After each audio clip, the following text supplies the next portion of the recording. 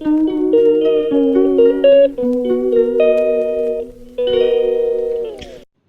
Hi good morning everyone. जय जगन्नाथ। आज new blog को मु स्वागत करची सुकन्या। आमे आज दिजन जाक सकाळु उठिकी रेडी होकी आमे बाहरचु गोटे जगह को जीवा पई। आपण आगो को जानि परिबे आमे कोठिकी जाउचु। तो आमे एते जल्दी उठिकी बाहर की जीवार कारण किछि अलगा अछि। कारण ऑफिशियली काम आमे जाउचु। कारण आमे एबे घरु पुरी को जीवु। आउ सेठी कौन ऑफिशियली काम आपण वीडियो रे रहिबे जदी आपण जानि परिबे। आउ एबे आमे घरु बाहरी सारिलुनी आपण माने देखि पारथिबे। आमे एबे जीवु पुरी। तो आपण आगो को रुहंतु आपण जानि परिबे आमे कौन पई पुरी बाहरचु। कारण जेहेतु बहुत खरा अछि तो सेति पई सन प्रोटेक्शन आगो। तो आपण माने देखि पारथिबे आमे एबे रास्ता रे ही जाउचु। एई वीडियोटा खाली आमे कौन केमिति ओय रे आमे जाउचु पुरी तो सेई ऊपर ही बेस करी अछि। आउ फाइनली आपण देखि पारथिबे आमे एबे पुरी रोड धरी साइलुनी। आउ एबे आमे फाइनली पुरी रे भी पहुंची भी साइलुनी। बास तांको होटल ठू आमे मात्र आउ 4-5 किलोमीटर दूर रे अछु।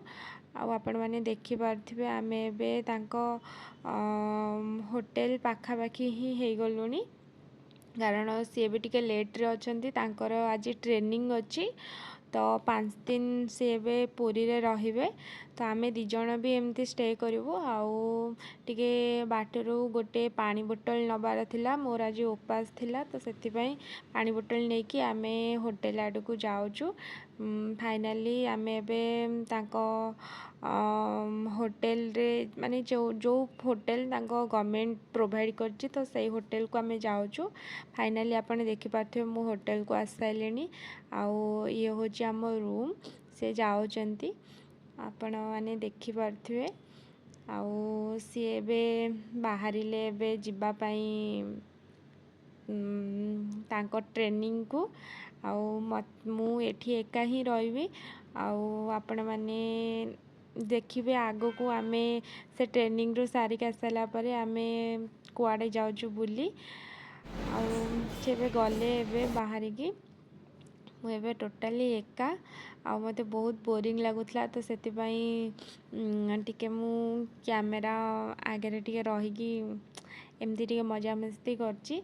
आउ जेहेतु मु पढ़ा पाई किछि भी जहाँ भी खाता हरिया किछि भी नहीं के आसनी। आउ मते बहुत बोरिंग लागुथिला। आउ कौन करिवि आउ तो से जेहेतु जाइचंदी हेरी आउ पढ़िबा पई किछि भी ये नहीं तो बसी बसी जहाँ रील्स हरिया ए सब जिंस करूथिली। Thank you for watching.